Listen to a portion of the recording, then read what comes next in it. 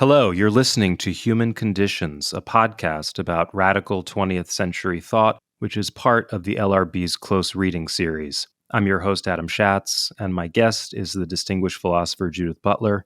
The subject of this episode, the fourth episode of Human Conditions, is The Human Condition, a work of political philosophy published in 1958 by Hannah Arendt. Arendt was born in 1906 into a comfortable secular Jewish family in Linden, Germany. She studied theology as a young woman in Berlin and then went to Marburg to study under the philosopher Martin Heidegger. They had a long and troubled relationship, both intellectual and personal. Heidegger was becoming enthralled by the Nazi Party, which he saw as the political, almost messianic realization of his philosophical project. As a Jew, Arendt could in no way share this enthusiasm. Still, Heidegger's existentialism would leave a lasting imprint on her thinking, even as she incorporated other influences and developed a distinctive philosophy of her own, one that was resolutely anti-authoritarian. In 1933, Arendt fled to France, where she remained until 1941, when she escaped once again, this time to the United States. Over the next 3 decades, she became one of the world's leading intellectuals, writing almost entirely in English and publishing some of the most influential works of political philosophy of the 20th century, including The Origins of Totalitarianism, The Human Condition, On Revolution, and Eichmann and Jerusalem, a report on the banality of evil that first appeared in The New Yorker. She was the worldliest of philosophers, drawing upon her vast training in classical languages and existential philosophy to comment on the experience of being a stateless refugee, which she'd known personally, the relationship between racism, imperialism, and genocide, the Vietnam War and the student movements, the question of violence, and the history of revolutions. She was also fiercely independent in her views on Israel and Zionism. In the 1930s, she became involved in the Zionist movement out of an urgent sense that Jews menaced by fascism had nowhere else to go but Palestine. But by the early 1940s, she turned against the leadership of the Zionist movement, and when the state was founded, she became one of its most eloquent critics, not least for having created a new class of stateless refugees, the Palestinians. Arendt has gone in and out of fashion over the years, and the last few years she's been criticized by some thinkers on the left for her purported Eurocentrism and for her controversial essay on Little Rock, for which she belatedly apologized in a letter to Ralph Ellison. The Origins of Totalitarianism and Eichmann and Jerusalem, however, remain critical reference points for the study of authoritarianism and the ways in which ordinary people end up becoming complicit in barbarous political systems. And in the mid-20th century, she had few equals in her reflections on the relationship between thought and political action, a question that lies at the heart of her dense and challenging book, The Human Condition. The Human Condition originated as a series of lectures that Arendt gave at the University of Chicago in the spring of 1956 and was initially conceived as part of a larger project on what Marxism had contributed to the disaster of totalitarianism. Arendt did not abandon the critique of Marxism, but she folded it into a reflection that is much more abstract than Origins. The book is divided into 6 parts: the human condition, the public and private realm, labor, work, and action, and the vita activa and the modern age. How these sections form a whole is somewhat elusive at first. As the Arendt scholar Margaret Canavan has observed, the human condition is, quote, a long, complex piece of writing that conforms to no established pattern, crammed with unexpected insights, but lacking a clearly apparent argumentative structure. Adding to the bewilderment of some readers is the proliferation of references to classical Greek philosophy. But if you read the book with the care and patience it demands, Arendt's project comes into focus. Essentially, this is a study of what she considers to be the 3 forms of activity that are fundamental to the human condition: labor, work, and action. And at its core is her fascination with the beginnings that human action makes possible, or what she calls natality. So for all its abstractions, the human condition is very much a reflection on the concrete problems of the world, of how we think about it and how we act upon it. It opens with reflections on the launch of the first space satellite in 1957 and often alludes to such events as the 1956 Hungarian Revolution, from which she drew particular inspiration. In my discussion with Judith, we'll be focusing on the prologue and the section on action, which Arendt considered the most exalted of human activities. Judith, first of all, I'd like to ask you why you chose the human condition rather than the more obvious Arendt choices, or the origins of totalitarianism or Eichmann in Jerusalem. Why is this book so important? Well, first of all, it seemed to me that in a series called Human Conditions, it would be odd not to examine a book called The Human Condition.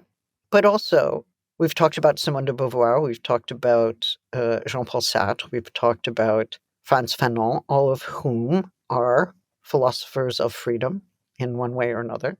And Hannah Arendt, too, is a philosopher of freedom, not a form of radical freedom that exercised by individuals alone, but rather freedom that assumes the form of what she called concerted action, action that we undertake with others in a collaborative way. That's the way we act in a free way. That's how we bring freedom into the world. So all of these writers, in my view, are not naive about freedom. They don't think, oh, you're free and you can act and all is well. They're asking what it means to be free under conditions of constraint. And that has always been, for me, a central question in my own work, right? Are we free to choose our gender, or do we struggle to find our way with gender under conditions of constraint? Are we free as individuals like Antigone, who sought to bury her brother alone and eschewed all efforts that her sister made to join in solidarity with her? No, not that kind of freedom, freedom that actually leads us closer to an idea of collaboration, plurality, even solidarity. I think the reflections on action are philosophically incisive and innovative. She herself is beginning something new by thinking about action this way, which is perhaps paradoxical given how many classical references there are in this book. But she is asking us to think about freedom not as making something up, not as some endowment that the individual has, but as something that happens between us in sites of gathering, and that our action is a way of beginning something new. I think she is, in her writing, always trying to begin something new. So I guess the question for us in reading her is, was she successful? Did she start something new?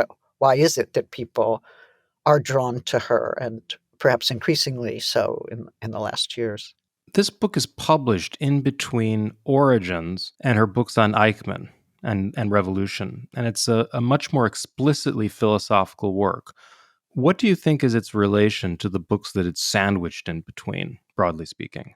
I think we can see that Arendt is taking distance from ideas of sovereignty, state sovereignty in particular, and trying to understand what it means for people to act together who are perhaps not, uh, Organized into states. yes, well, or they don't have the permission of the state. Right, as in the case of the Hungarian Revolution. Right, or in the case of civil disobedience, because sometimes civil disobedience is not authorized by the state against which it acts, and on what authority do people then gather and resist in the way that they do? So I think she was always trying to think about what she called plurality, social plurality, for her political plurality, apart from state structures, and framed in a way that sets aside sovereignty, or even shows that sovereignty, which has been a concept in political theory for so long, is not the framework through which to ask fundamental questions about action, authority, and freedom. And as you were saying, for her, action is never isolated. It's always about acting together. And I think that this challenges a somewhat complacent portrait or critique of Arendt as a kind of Cold War liberal. She believed in collective action. I think she did. I think we would be right to imagine that she's thinking about the resistance to Nazism.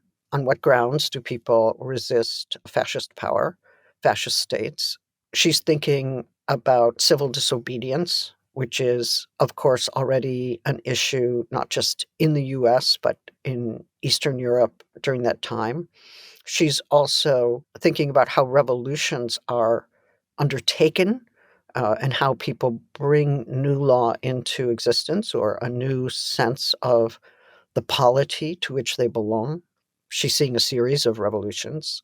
And in her view, none of these are necessitated by historical determinism, right? We can't say, oh, revolution is predictable, or if this and this happens, there will be revolution. Right. It's not just because people are poor, or because they're oppressed, or they're suffering from scarcity. She has a non-materialist understanding of this. Well, she does in a way. I mean, you're right, to the degree that she says material conditions alone cannot bring a revolution about. On the other hand, she does call it a kind of point of materiality when people gather together as bodies in proximity, collaborate and act in concert. That is, for her, a material moment. I think, yes, she opposes most forms of materialism. She fears biological reductionism. She doesn't want the human to be reduced to its mere biological living.